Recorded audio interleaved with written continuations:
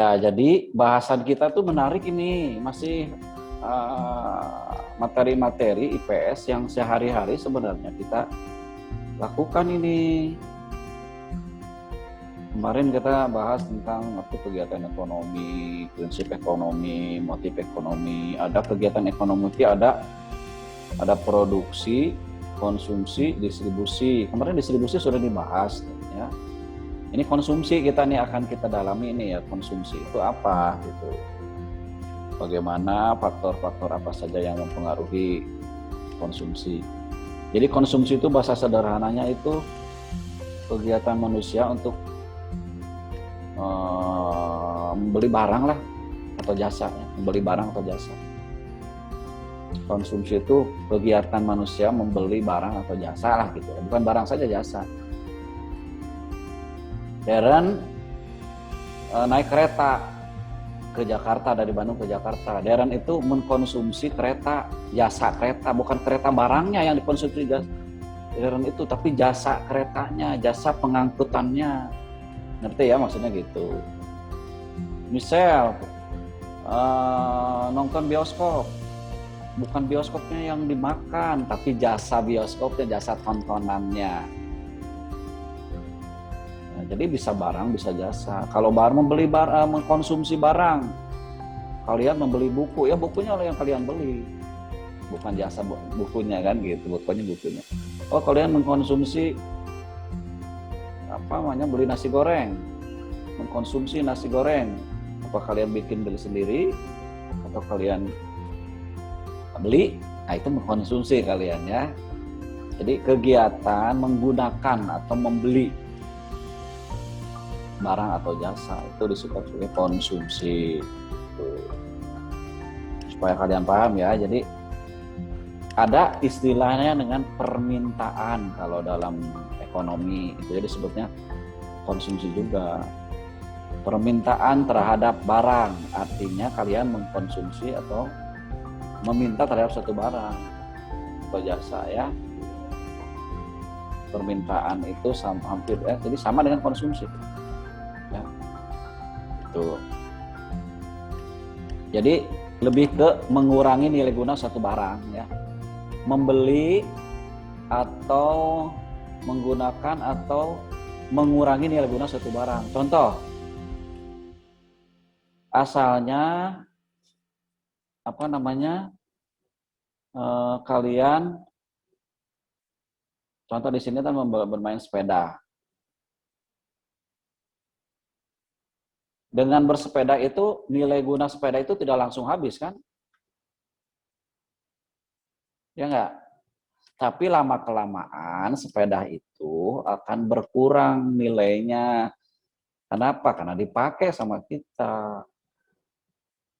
Mobil juga sama gitu, beli baru kalian.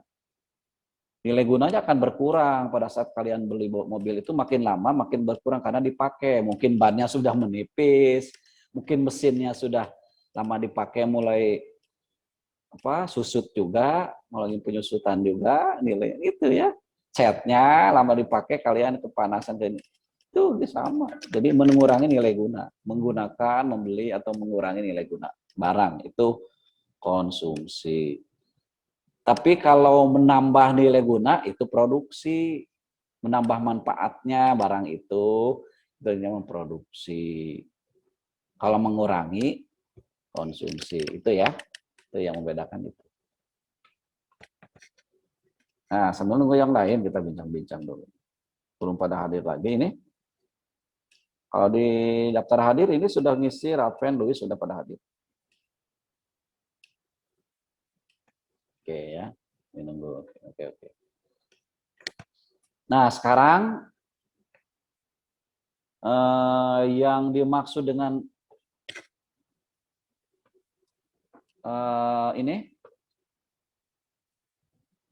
konsumsi itu kan begini nih, kalian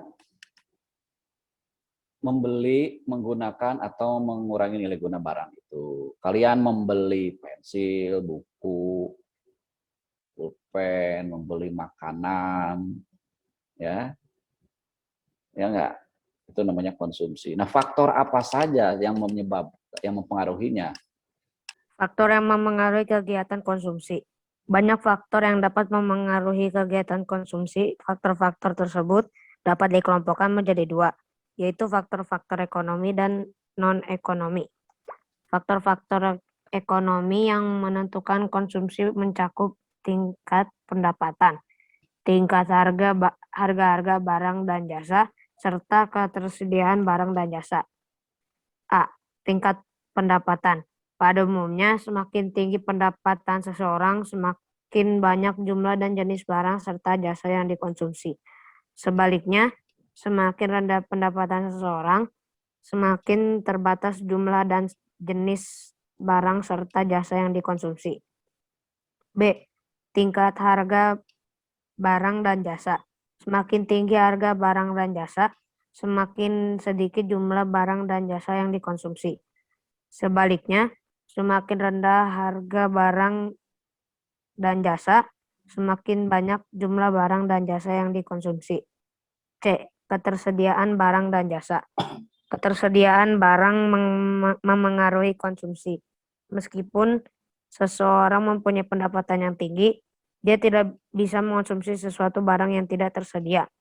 Misalnya, ada orang yang ingin main ski di Indonesia. Keinginan ini tidak dapat terpenuhi karena di Indonesia tidak ada salju. Jika orang tersebut hendak main ski, dia harus pergi ke negara-negara yang ada saljunya, seperti negara-negara di Eropa dan Amerika. 2. Faktor-faktor non-ekonomi yang memengaruhi konsumsi mencakup jumlah tanggungan keluarga, tingkat pendidikan, tempat tinggal, serta lingkungan sekolah, budaya, agama, dan adat istiadat. A. Jumlah tanggungan keluarga. Semakin banyak jumlah anggota atau tanggungan keluarga, semakin banyak pula jumlah dan jenis konsumsi keluarga yang bersangkutan. B. Tingkat pendidikan. Semakin tinggi tingkat pendidikan seseorang, semakin beragam kebutuhan yang dimiliki. Contohnya, orang yang berpendidikan perlu membeli dan membaca buku. Sebaliknya, orang yang pendidikannya kurang tidak menjadikan buku sebagai kebutuhan. C. Tempat tinggal. Kebutuhan yang dimiliki orang yang tinggal di daerah pedesaan tentu berbeda dengan orang yang tinggal di daerah perkotaan. Pada umumnya, kebutuhan orang yang tinggal di perkotaan lebih banyak dibandingkan dengan orang yang tinggal di pedesaan. D. Lingkungan sosial, budaya, agama, dan adat istiadat. Contoh nyata dari hal ini dapat dilihat dari segi makanan. Orang Tapanuli Utara yang beragama Kristen boleh makan babi dan sapi. Orang Tapanuli Selatan yang beragama Islam boleh makan sapi, tetapi tidak boleh makan babi. Sebaliknya, orang Bali yang beragama Hindu boleh makan babi, tetapi tidak boleh makan sapi. Ini terjadi karena setiap daerah dan agama memiliki budaya dan istiadatnya yang berbeda. Oleh karena itu, kita harus menghormatinya. Yang konsumsi. Oke ya, ini yang pengaruh kegiatan konsumsi ini. Pendapatan, semakin tinggi pendapatan seseorang, biasanya konsumsinya lebih besar. Semakin rendah pendapatannya, biasanya konsumsinya lebih rendah. Coba orang kaya biasanya membelinya barang-barang mahal. Tapi kalau orang yang tidak kaya, biasanya biasanya yang lebih murah, pengeluarannya lebih sedikit, karena kan pemasukannya sedikit. Biasanya membeli barangnya juga lebih banyak kalau yang pendapatannya lebih besar, kan gitu ya. Jadi konsumsinya lebih besar kalau pendapatannya tinggi, dan lebih rendah kalau pendapatannya rendah. Makanya pendapatan mempengaruhi. Coba kalian kalau dikasih pendapatannya kalian dari mana? Uang jajannya dapat dari mana? Luis, Michelle, Darren, apakah masih standby di tempat? Jangan-jangan pada kabur ini, nggak ada di tempat ini. Anak-anak ini. Ada, Mister. Masih ada kan? Ada, Mister. Iya, khawatirnya masih ditinggalin nih, ngomong sendiri nih. Tadi jaringannya jelek, Mister. Ya, nggak apa-apa, yang penting mendengarkan ya. Artinya, nih pendapatan kalian dari mana? Mister tanya. Dari Pasti mama apa? dikasih orang Dari tua, mama ya sama dari papa. mami, dari papihnya kan. Iya, Nah, betul. sekarang misalnya kalau dikasih uang jajannya lebih besar, biasanya pengennya jajannya lebih banyak ya? Betul nggak? Iya. Iya, iya kan gitu. Deren juga sama, Luis ya, sama ya. Ya. Kalau dikasih jajan oleh mami papi, oh baru dapat angpau nih, baru dapat angpau ya. Maka biasanya jajannya akan lebih banyak, konsumsinya lebih banyak, gitu ya.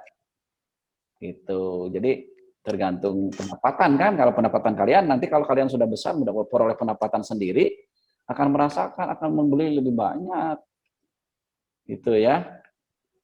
Makanya pendapatan mempengaruhi kegiatan konsumsi dari ekonomi itu. Harga barang. Nah, harga barang juga sama gitu ya, mempengaruhi kegiatan konsumsi harga barang. Nah, betul nggak? Kalau semakin tinggi harga, maka kalian yang orang yang membeli lebih sedikit lebih banyak. Kalau harganya tinggi, harganya tinggi nih mahal, lebih banyak yang beli atau lebih sedikit yang beli? Lebih dikit. Lebih sedikit. Kalau harganya turun, lebih Banyak rendah, yang beli. banyak yang beli. Banyak yang beli. Jadi jelas ya, semakin tinggi harga, konsumsi lebih rendah. Semakin rendah harga, maka konsumsi akan lebih tinggi. Gitu ya. Ngerti ya? Berarti kebalikan ini ya. Semakin tinggi harga, konsumsi rendah. Semakin rendah harga, konsumsi naik tinggi ya. Paham ya? Contoh nih. Mister, internetnya Faye rusak. Oh, ada masalah. Oke, oke, oke. Ya, ya, ya. Ini Mister belum baca ini chatnya. Oh, ini halamannya halaman 170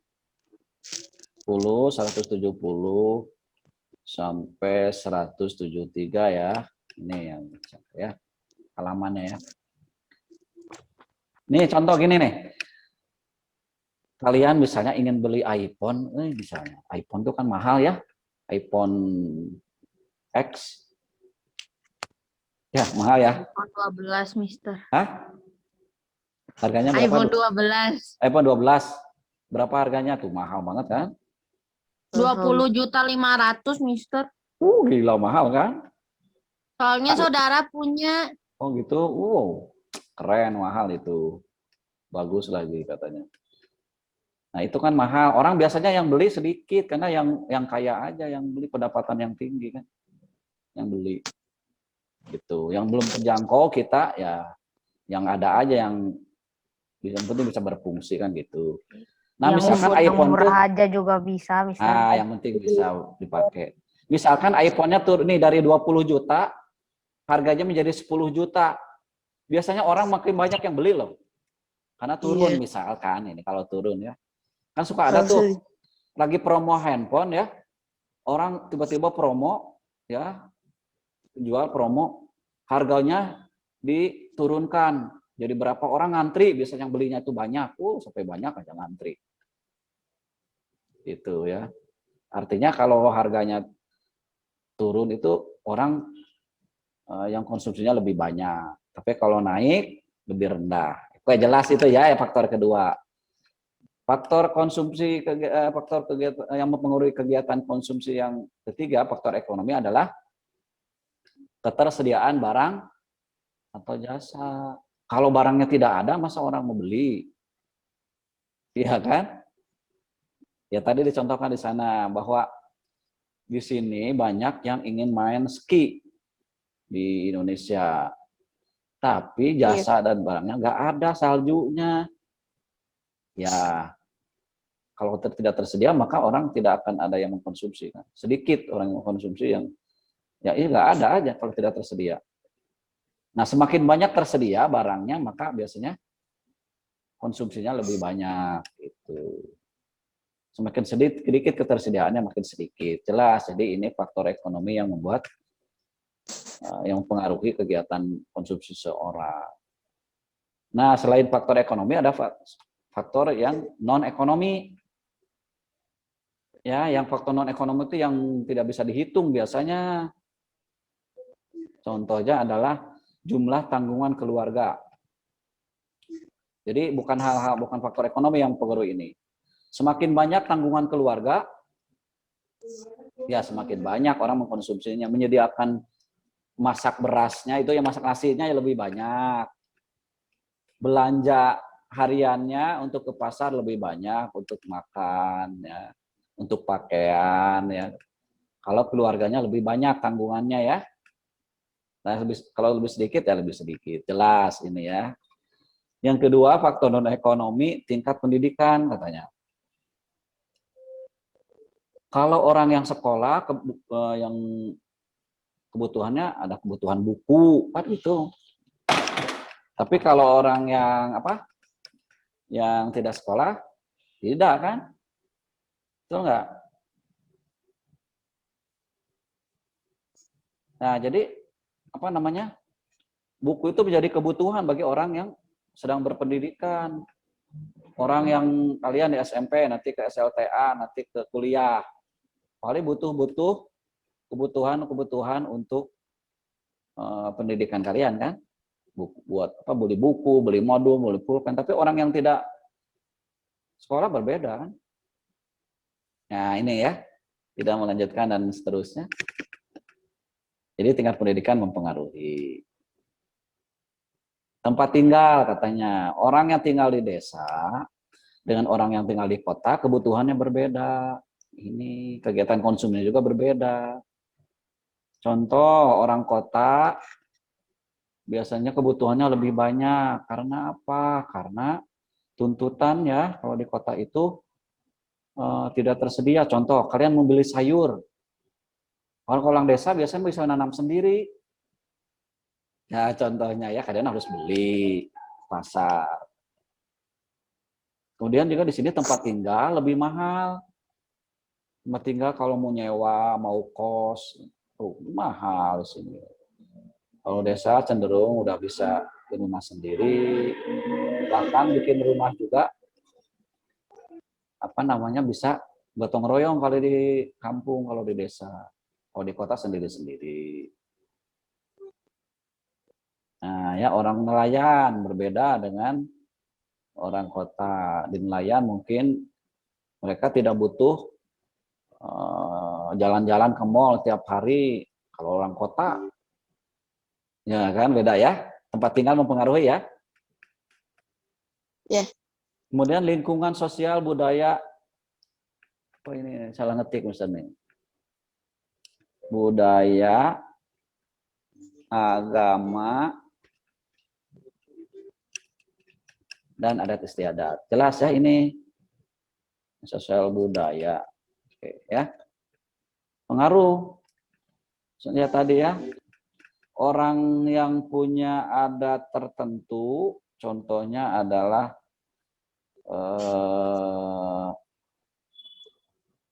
ada upacara adat kayak di Bali. Kalau ada orang yang meninggal di Bali itu harus ada Ngaben.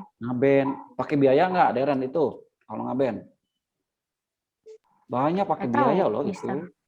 Iya pakai biaya. Jadi ngaben itu misalnya disiapkan upacaranya ya, menyiapkan upacaranya, menyiapkan berbagai halnya itu karena adat istiadat kan dan agama kan itu. Ya saling menghormati itu ya. Karena itu kan udah agama dan adat istiadat udah tidak usah saling menyalahkan, tidak usah saling merendahkan satu sama lain. Itu kan adat istiadat dan agama ya. Jadi ya masing-masing punya adat tersendiri-sendiri, agama sendiri-sendiri sehingga akan berbeda dengan yang lain yang konsumsinya akan berbeda. Itu ya karena ada adat istiadat. Di Tapanuli ya boleh makan sapi tetapi tidak boleh makan babi misalnya yang di sini yang disebutkan di sini yang agama Islam tidak boleh. Ya saling menghormati masing-masing itu ya. Tidak usah mempermasalahkan itu. Ini yang kita bahas itu, bahwa kegiatan konsumsi mengenai agama itu berbeda. Ada yang boleh makan makanan ternak tertentu, ada yang tidak. Jadi beda-beda kegiatan konsumsinya tergantung agama kan gitu. Budayanya juga tadi beda. Ya. Budaya-budaya juga berbeda. Ada yang budaya di mana itu yang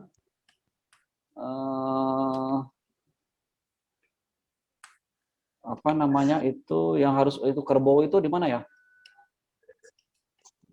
Yang mana? Yang kerbaunya itu pokoknya dipakai tombak itu pada saat upacara itu. Tombak dulu kerbaunya itu atau di mana ya? Sulawesi ya. Kalau nggak salah itu. Ada yang jadi artinya punya kegiatan semua beda, cara konsumsinya beda sendiri-sendiri ya. Oke. Jadi ini mempengaruhi. Jadi yang non ekonomi ini, yang ekonomi ini yang mempengaruhinya ya. Oke. Nah, berikutnya ini kalau dibaca mungkin terlalu lama, udahlah langsung. Kegiatan konsumsi pelaku ekonomi itu apa siapa saja pelaku ekonomi? Yang kalian tahu pelaku ekonomi itu apa saja? Pelaku ekonomi? Konsumsi. Nah, pelaku ekonomi itu sebenarnya ada 4, tapi di sini sebetulnya ada 3. Pelaku ekonomi itu ada dalam konsumsi itu ada pelaku ekonomi rumah tangga, ada produsen, ada pemerintah, dan yang satu lagi sebenarnya luar negeri. Gak apa-apa, ini aja dulu. 3 ini ya. Kegiatan konsumsi pelaku ekonomi itu rumah tangga itu yang biasa. Kita. Ya, konsumen biasa lah, rumah tangga konsumen sebetulnya. Kita sebagai orang yang membeli, tidak memproduksi sesuatu, ya seperti biasalah kita beli makanan, beli pakaian, ya, beli baju, ya. Kegiatan kebutuhan sehari-hari lah kita. Itu kegiatan rumah tangga konsumen, konsumsinya ya gitu. Tapi kalau rumah tangga produsen, dia membelinya untuk apa? Karena dia yang memproduksi, dia membeli barang. Oh, Disti udah hadir ya? Ini. Misalnya, Disti punya produsen ayam goreng kan? Menjual ayam goreng. Nah, Disti itu pasti membeli untuk kegiatannya rumah tangga produsen itu ya membeli bahan-bahan untuk barang yang akan dijualnya, produk atau yang akan dijualnya.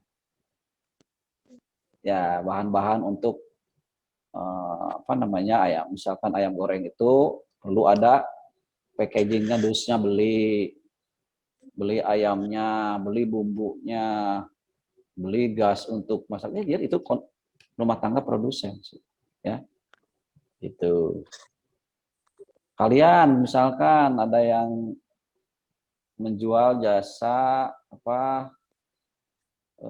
katakanlah jasa angkutan misalkan ya, menyewakan angkutan misalkan ya, sama gitu. Jadi mungkin perlu biaya pemeliharaan mobilnya, ya, kendaraan yang disewakannya dibayar pemeliharaannya, ya, untuk pemeliharaan mesinnya, ya, kemudian juga perlu ada tempat nyimpan mobilnya dan sebagainya gitu ya, sama gitu. Produsen tuh gitu. Konsumsinya adalah konsumsi barang-barang yang melengkapi yang untuk dijualnya. Ya. Nah, pemerintah, sekarang rumah tangga pemerintah mengkonsumsi juga loh, pemerintah itu. Biasanya pemerintah melakukan pengeluaran konsumsi untuk apa? Untuk gaji pegawai negeri, pegawai pemerintah.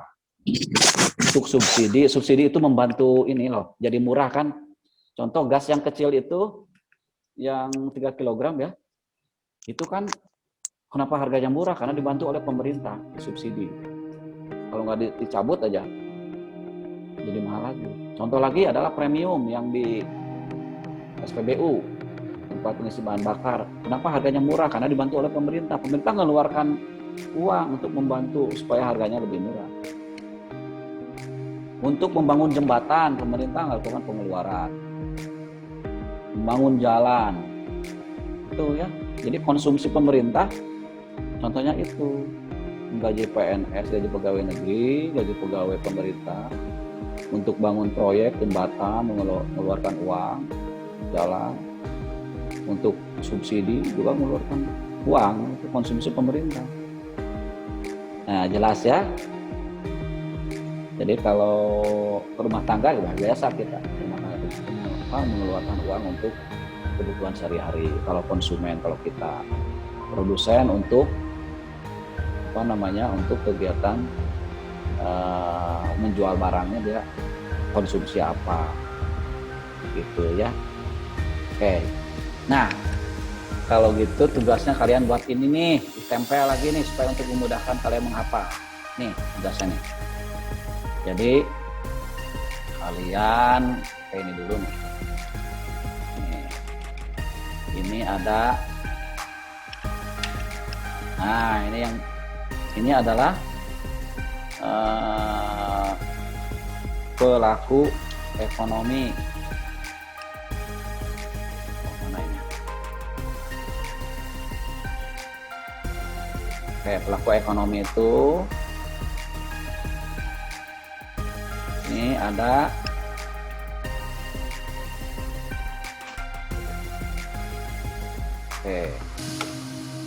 satu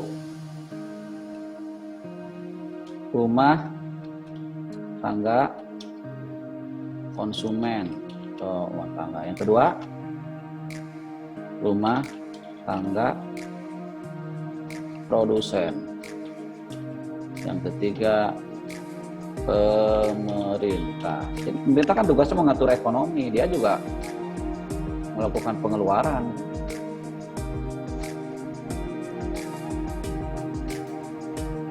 Oke ya. Kalian buat ini. Nah, jadi pelaku ekonomi itu kalian buat. Nih, pelaku ekonomi itu kalian buat begini nih. Konsumen,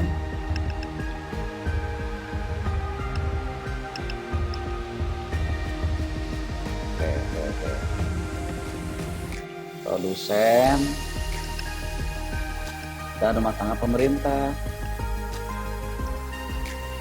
Buat aja lah serapi-rapinya ya. Ini ya. Bisa ya?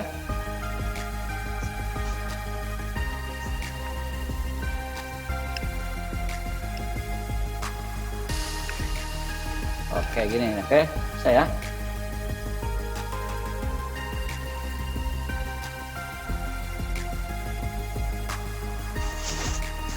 Tuh.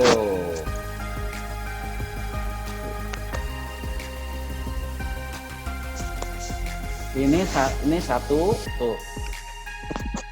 Ini buat sama kalian, tuh ini sama ini. Oke ya, bisa ya. Oke, hari ini sekian saja pertemuan kita. Terima kasih, salam sehat, salam sejahtera buat keluarga. Selamat siang dan tetap semangat, oke ya. Bye. Terima kasih, Mister.